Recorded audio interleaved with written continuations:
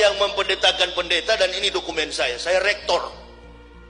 Saya yang mendirikan Universitas Kristen Papua.